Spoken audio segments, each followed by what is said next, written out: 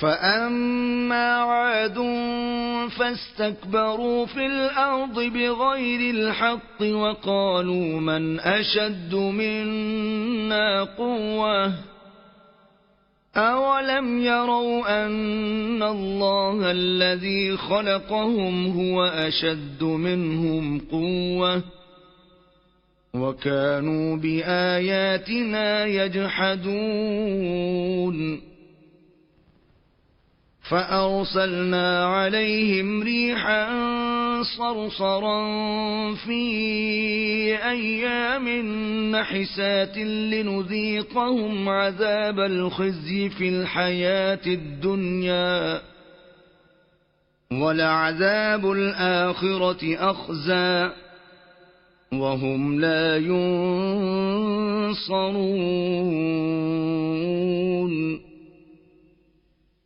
وأما ثمود فهديناهم فاستحبوا العمى على الهدى فأخذتهم صاعقة العذاب الهون بما كانوا يكسبون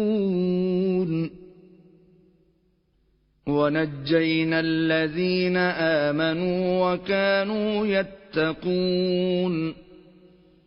ويوم يحشر أعداء الله إلى النار فهم يوزعون حتى إذا ما جاءوها شهد عليهم سمعهم وأبصارهم وجلودهم بما كانوا يعملون. وقالوا لجلودهم لم شهدتم علينا قالوا أنطقنا الله الذي أنطق كل شيء وهو خلقكم أول مرة وإليه ترجعون.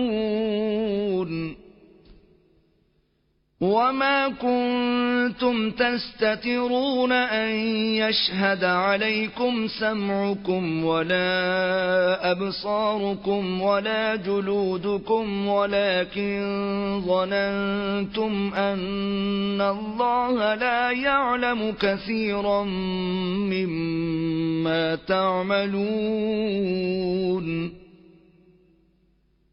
وذلكم ظنكم الذي ظننتم بربكم أرداكم فأصبحتم من الخاسرين.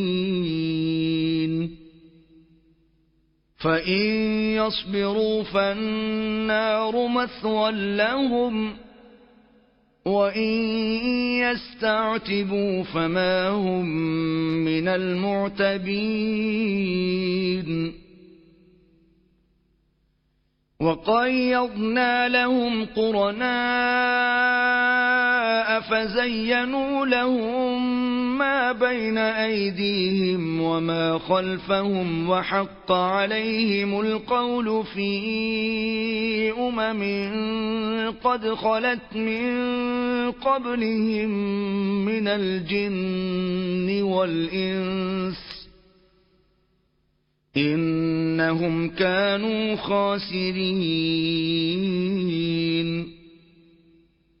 وقال الذين كفروا لا تسمعوا لهذا القرآن والغوا فيه لعلكم تغلبون. فلنذيقن الذين كفروا عذابا شديدا ولنجزينهم أسوأ الذي كانوا يعملون. ذلك جزاء أعداء الله النار لهم فيها دار الخلد جزاء بما كانوا بآياتنا يجحدون.